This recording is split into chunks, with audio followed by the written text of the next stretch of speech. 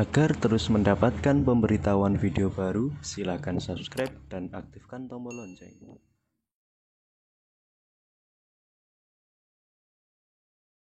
Bismillahirrahmanirrahim. Subhanaka la ilma lana illa ma 'allamtana innaka antal alimul hakim. Allahumma shalli wa sallim ala sayyidina Muhammad wa ala alihi wa sahbihi ajmain. Amma ba'du. Jadi kalau dalam tradisi agama itu silaturahim adalah menyambung sesuatu yang seharusnya tersambung. Agama yang masuk negara enggak konflik itu diantaranya paling spesial itu Indonesia, karena para wali ini mendampingi kultur daerahnya tapi tidak benturan. Misalnya kalau orang Jawa dulu pakai sesajen di sawah-sawah, katanya dimakan penunggunya. Ya penunggunya sawah itu kalau dulu ya pikirannya itu makhluk gaib. Di era modern ya penunggunya itu ya kambing, ayam itu. Jadi ya memang yang makan itu akhirnya. Tapi dulu itu aneh, diistilahkan dimakan penunggunya. Kalimat penunggu itu apa ya gak jelas, apa dengan tanda petik apa penunggu betul gak jelas. Wali-wali datang tidak mengkafirkan itu, tapi terus dirubah jadi sedekah ke tetangga-tetangga. Jadi kultur itu enggak dilawan tapi cukup diubah. Jadi makani demit menjadi sedekah ke tetangga. Nah, cerita kurban juga seperti itu. Dulu tokoh-tokoh Quraisy penunggu Ka'bah itu dulu sudah ndak tauhid, sudah musyrik kalau dalam bahasa agama. Itu di mana-mana termasuk kebutuhan pokok manusia itu kalau kumpul-kumpul itu makan-makan. Itu mulai dulu. Terus korbannya itu ya pasti perempuan mulai dulu. Jadi hanya bagian masak, boleh makan nanti ngenteni luwian itu, ngenteni bekas-bekasnya. Sehingga yang nyortir Abu Jahal CS itu. Jadi yang kurban harus hewannya bagus, spesial, bahkan nggak boleh dikawinkan. Hewan yang mau dikorbankan itu nggak boleh dikawinkan, nggak boleh pernah dikendarai, nggak boleh pernah dipakai bajak sawah dan sebagainya. Semuanya serba spesial. Nanti dikorbankan di Ka'bah, yang dijual Ka'bah. Nah pertanyaannya, Ka'bah ini nggak memakan daging, yang untung ya ketua-ketuanya ini, karena Ka'bah tidak doyan daging. Dan itu ya di atas namakan Allah, ini demi taqarrub ila Allah, demi itu. Sehingga mereka bilang wa qalu hadhihi an'amu wa harsun hijrul la yat'amuha illa man nasa'u bi sa'mihim. Ini hewan kurban harus spesial dan yang berhak makan hanya orang-orang spesial, yaitu para penunggu Ka'bah, para sadanatul bait. Tapi karena mereka sudah tidak benar, tidak jujur, Islam mau merubah tradisi itu. Tapi kalau tradisi itu dirubah, maka Islam akan terkenal pelit, karena dari acara makan-makan menjadi tidak ada makan-makan. Jadi kadang kebenaran itu harus diganti dengan sesuatu yang tidak ekstrim, karena tadi dari acara makan-makan menjadi sama sekali nggak makan-makan. Maka terus diganti oleh Islam dengan kalimat udhiyah, dengan kata kurban. Nah, kenapa itu harus terjadi? Karena kurban itu sebetulnya syariatnya Nabi Ibrahim, di mana orang Mekah itu memang turunan Nabi Ibrahim, sehingga sisa-sisa makan-makannya masih. Cuma mulai ada melenceng, ada sesajen, ada khurafat, ada bid'ah. Kemudian itu mulai masalah. Terus Rasulullah Muhammad SAW datang ingin benahi itu. Tapi yang dibenahi adalah menghilangkan kemusyrikannya, bukan makan-makannya. Akhirnya diganti oleh udhiyah. Nah, kenapa ada kurban? Kalau dalam banyak literatur, Nabi Ibrahim alaihissalam itu Nabi yang paling dengan tanda kutip mengklaim kalau beliau itu orang paling sayang kepada Allah, paling dekat kepada Allah. Nggak ada yang dicintai selain Allah. Beliau memaklumatkan itu baik secara lisan maupun di gemuruh hatinya, di bisikan hatinya, di detak jantungnya, pikirannya seperti itu. Pas itu beliau belum punya putra karena beliau termasuk lambat punya anak. Suatu saat ditakdir punya putra, yaitu Ismail. Pas seneng-senengnya jalan, pas seneng-senengnya punya anak, sama Allah disuruh nyembelih. Anak kamu harus kamu sembelih. Ibrahim kaget. Kenapa ya Allah? Kamu adalah orang yang sering ngomong bahwa yang paling kamu cintai saya. Tapi setelah ada anak kamu, kayaknya enggak. Protes Nabi Ibrahim, Pak. Yang benar Gusti, iya harus anak kamu.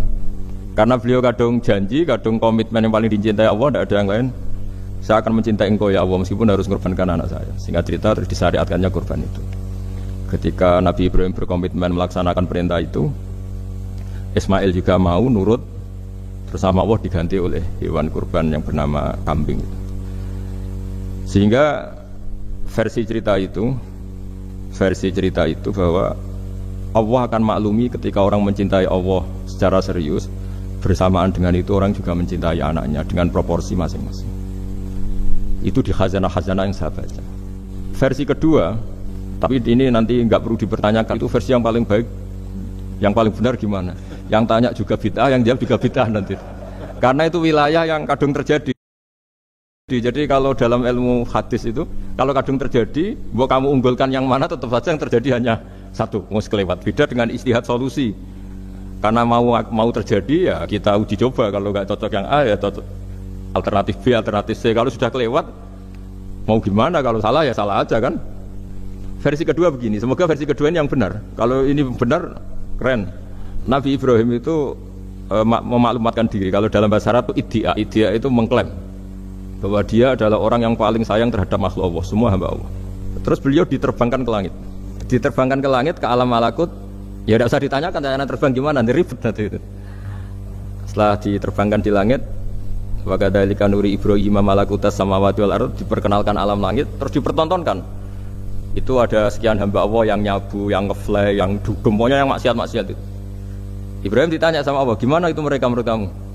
Damirhum, habisi saja Allah. Mereka makan rezekimu, hidup di bumimu, tapi mereka tidak mengindahkan engkau. Matikan saja. Sama Allah diturutin. Jalan-jalan lagi sampai 3 kali peristiwa tempat-tempat maksiat itu dihabisin sama Nabi Ibrahim. Beliau minta sama Allah supaya itu dihabisin. Singkat cerita, terus beliau diturunkan sama Allah. Saat diturunkan, ya Allah tidak jawab, tidak apa. Allah itu punya sunnah, punya tradisi. Dengan nabinya itu tidak jawab. Suatu saat Nabi Ibrahim disuruh bunuh anaknya, disuruh nyembelih. Protes kan? Huwa samratu fuadi. Ini kekasih saya, putra saya. Kenapa engkau nyuruh membunuh?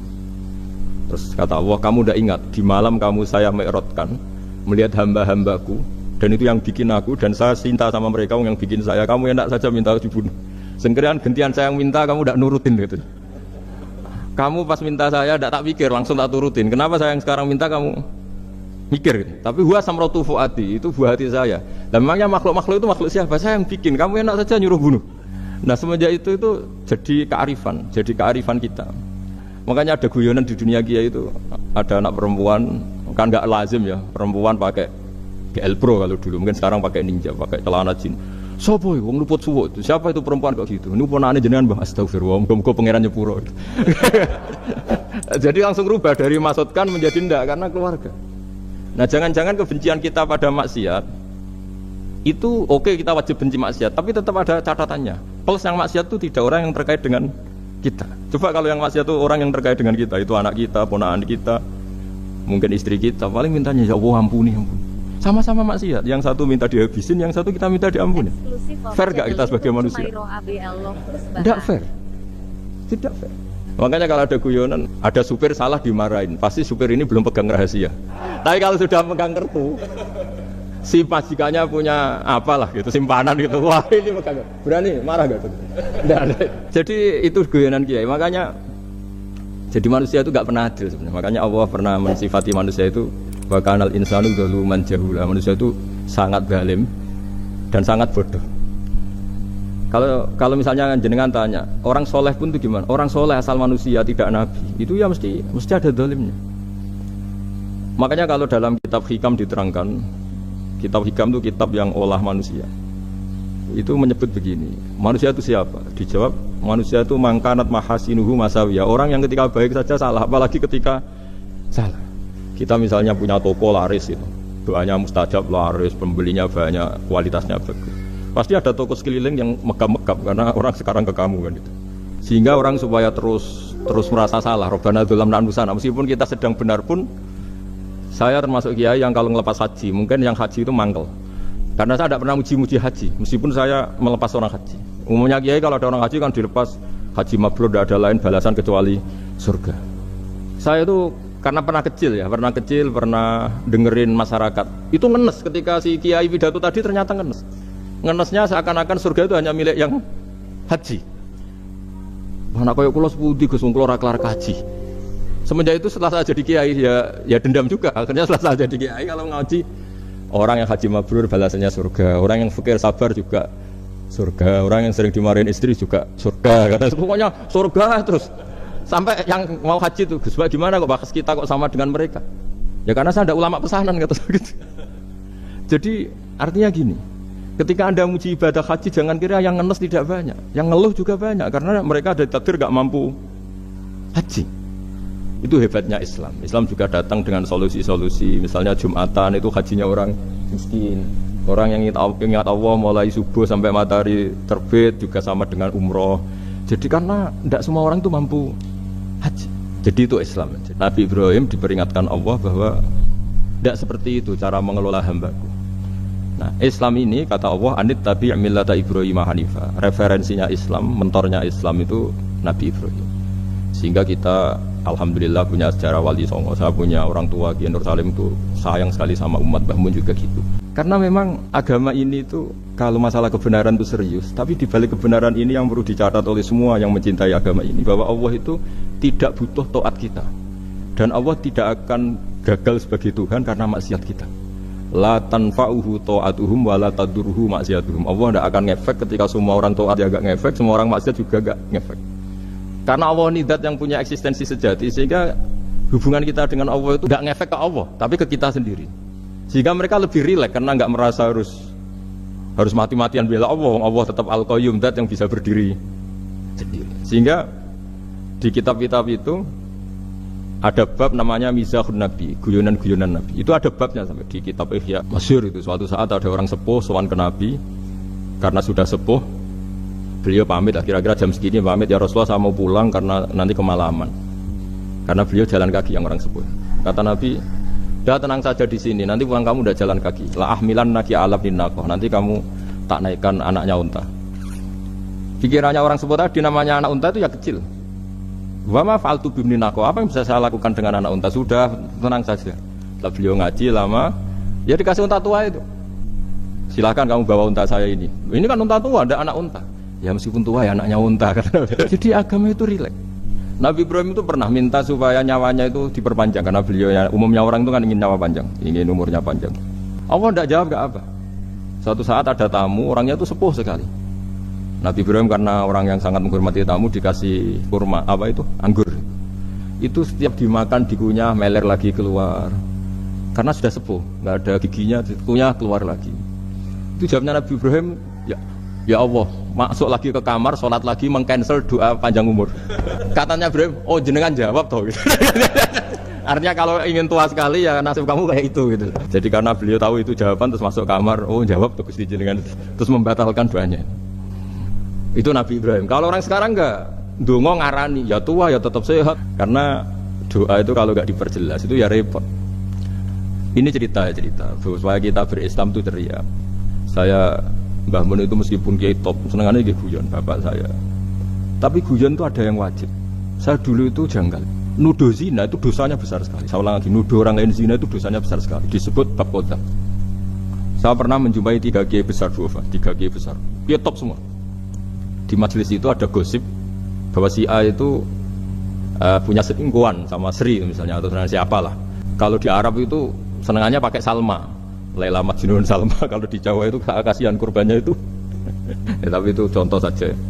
Itu si Kiai 3 tadi gak ngefek, malah tanya gini, loh apa perempuannya cantik? Wah cantik sekali Mbah. Cantiknya sampai kayak apa?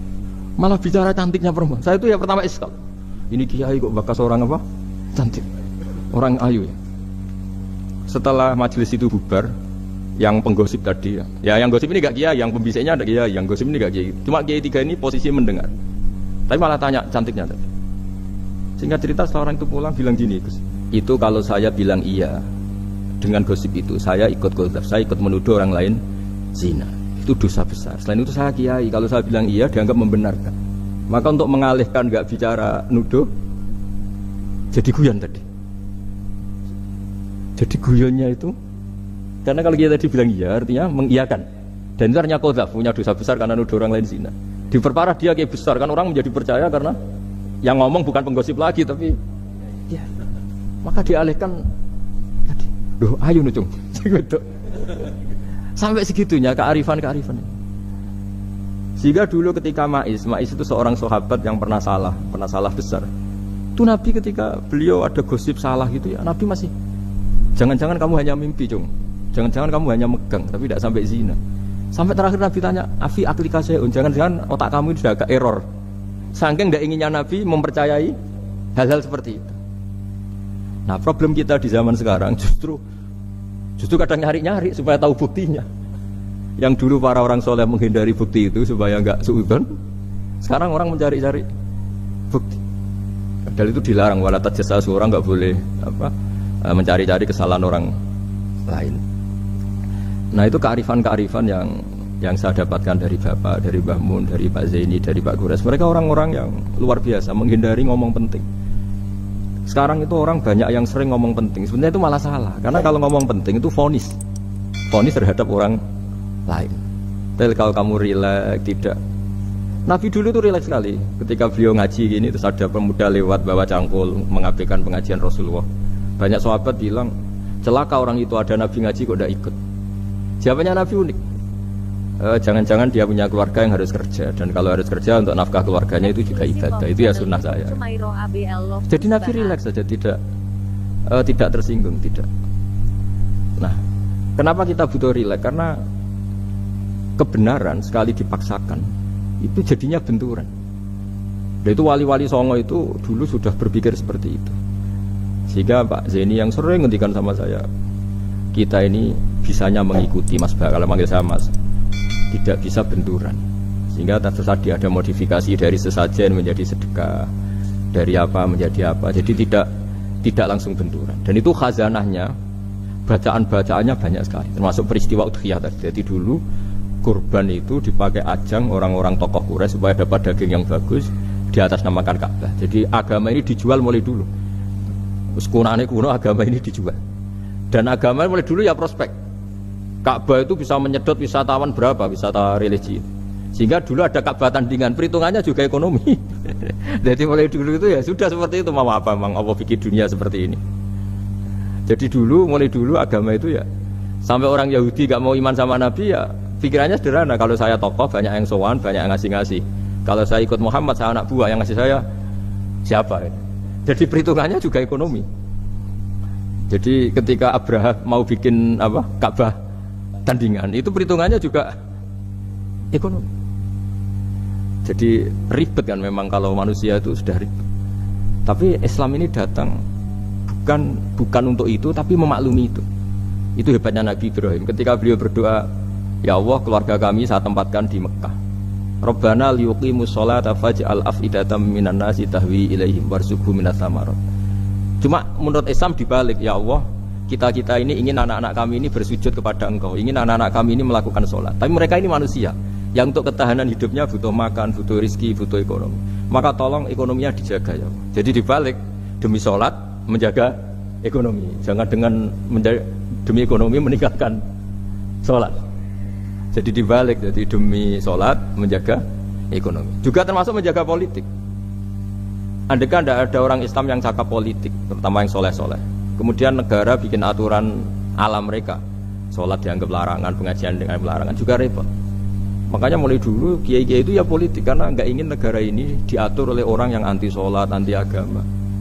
Karena kalau negara terserah yang sedang jabat, kemudian yang jabat tidak soleh, bisa nganggap maksiat-maksiat tidak ilegal, yang pengajian justru ilegal. Nah, di sini kenapa banyak orang-orang soleh dulu ya rata-rata ya berpolitik mulai sebelum kemerdekaan sampai setelah kemerdekaan. Jadi itu ada filosofinya. Nah, bahwa ada oknum-oknum yang tidak seperti itu ya monggo, itu oknum. Tapi sebetulnya awal-awalnya kenapa banyak orang soleh yang politik, karena nggak ingin negara ini dipimpin oleh orang-orang yang anti agama, anti kebaikan.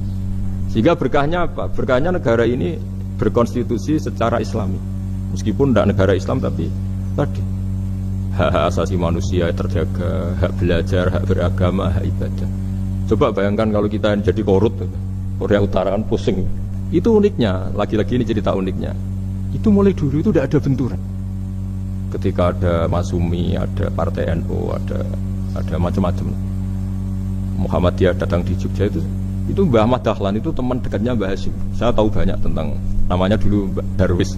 Itu dulu ngajinya sama pernah buyut-buyut Qiyami di sini. Dulu ngaji Mbah Soleh Darat, Mbah Ahmad Dahlan sama siapa itu Mbah Hasyim. Ketika di Mekah yang Mbah Ahmad Dahlan ngaji Syekh Khotib Minangkabau itu ya sama Mbah Hasyim. Nah, kebetulan Mbah Ahmad Dahlan hidup di Jogja yang zaman itu sudah khurafatnya kayak apa, karena ada sistem agama yang sangat, menurut beliau sangat jauh dari Islam yang murni. Terus beliau revolusinya seperti itu. Yang Mbah Hasyim nempat di Jombang, Nah, itu kan murni ilmu sosial, murni muqtadul hal. Terus beliau punya metode yang berbeda, tapi nggak masalah. Mulai dulu nggak masalah. Kemudian jadi kalau yang kadang-kadang memasalahkan tuh ya memang yang nggak tahu masalah. Sebenarnya dulu itu ya biasa aja karena ya itu urusan metode, urusan. Saya teruskan masalah ukhiyah. Jadi yang diceritakan Nabi Ibrahim tadi bahwa benci seseorang kita atas namakan maksiat itu tidak segampang itu, karena jangan-jangan kebetulan yang maksiat itu keluarga kita. Apakah kita punya kebencian yang sama saat yang maksiat itu keluarga kita, atasan kita, teman kita? Ya kayak tadi, kalau saya corong jodi belenjani janji, ada orang janji sama saya nggak tepat waktu, saya bisa marah, itu pasti sebabnya jelas. Itu bawaan saya nggak berjasa sama saya. Kalau kata dokter Klik nggak cantik ya. Intinya Nabi Ibrahim itu coba kalau yang maksiat itu anak kamu berharap saya ngasih tobat kan, bukan langsung tak habisin kan. Intinya Allah ingin bilang ke Nabi Ibrahim, andai kan yang maksiat itu anak kamu, ingin saya menghabisi apa tak kasih tobat? Ya kasih tobat ya. Ya seperti itu saya yang bikin. Maka di Al-Azhar sana, kalau cerita orang-orang alim itu masyhur. Ada tempat maksiat mau dihabisin sama orang-orang yang sangat keras. Ketemu Syekh Mutawalli Sarawi, ditanya, andai kan mereka mati saat maksiat, itu mereka ke surga apa ke neraka? Ya ke neraka. Terus ditanya sama Syekh Mutawalli, kalau mereka ke neraka, akan ada dzalika muradan Nabi? Apa seperti itu yang digedaki Nabi, umatnya mati terus masuk neraka karena belum tobat? Tidak, Nabi inginnya mereka tobat dulu. Ya sudah, jangan dihabisin. Kamu berproses ikut mentobatkan mereka. Kebetulan ini mau mendengar. Jadi kita lunak, kita baik itu ya semuanya ingin Allahum yarji'un, semoga mereka kembali, mereka tobat. Bukan lunak dengan arti mengakui maksiat itu satu kebaikan, itu yang bahaya. Kalau lunak sampai mengakui itu maksiat itu kebaikan, itu bahaya sekali. Tapi kita lunak karena kita ingin berproses untuk bertobat. Karena tadi kalau kita punya nurani itu mesti, andai kan yang maksiat itu anak kita atau teman dekat kita atau orang yang berjasa sama kita, apa kita bisa tegas? Kira-kira gimana? Waqad adabbahu ta'ala khalilahu Ibrahim fi ba'di mawatinihi al-azimah. Jadi Allah kalau dalam bahasa Arab memberi teguran itu namanya takdib. Makanya kalau orang nakal itu, kalau orang Jawa bilang kurang ajar. Sebenarnya ajar itu kan tahun ajaran baru. Ajar itu kan barang baik. Ya kan disebut tahun ajaran baru. Pengajaran, ajar itu kan barang. Jadi kalau kurang ajar berarti kurang baik. Itu bahasa Arabnya orang yang kurang ajar perlu diajari. Itu kalau orang Arab bilang ditakdib, diwarai toto kromo, diadabkan. Jadi belum punya adab diadabkan. Itu udah. Tapi tentu Nabi Ibrahim nggak sampai kurang ajar. Ini kan cerita bahasa ya. Jadi kalau sebenarnya ajar itu udah buruk-buruk, kurang ajar. Berarti orang ini kurang pelajaran, kurang. Tapi di Jawa itu agak salah kaprah. Kalau kurang ajar itu ekstrim. Misalnya duduk di meja itu disebut kurang ajar. Sebenarnya tidak se-ekstrim itu. Saya teruskan ya. Wa 'allamahu kaifa yatakhallaqu bi hadzal khuluqil karim inda tilaihi 'alal asrar. Terus kan anak Ibrahim anahu arhamul khalqi qol farafa'ahu wa ta'ala hatta asyrafa 'ala ahlil ardi. Nabi Ibrahim diterbangkan ke langit sehingga melihat di bumi yang maksiat-maksiat itu. Faqala ya rabbi damirhum, habisi saja. Faqala wa ana arhamu bi ibadi minka ya Ibrahim ihbit fala'allahum yatubun wa yarji'un. Jadi setelah permintaannya semua dikabulkan, dihabisi sama Allah. Terakhir, cobalah kamu sekali-kali dakwah ke mereka. Kamu belum pernah dakwah, kok tahu-tahu minta mereka dihabisin. Coba kamu dakwah, jangan-jangan mereka mau kembali. Sebagian cerita itu terus diteruskan ketika suatu saat Ibrahim akhirnya diminta menyembelih putranya. Inni arafil manami anni atfahuka fangzur madza tara. Falamma tashammara lidzalik wa akhadha sikin biyadi qala Allahumma hadza waladi wa thamratu fuadi wa ahabun nasi ilayya. Ya Allah, ini buah hatiku, ini orang paling saya cintai, kenapa engkau menyuruh ini supaya saya bunuh?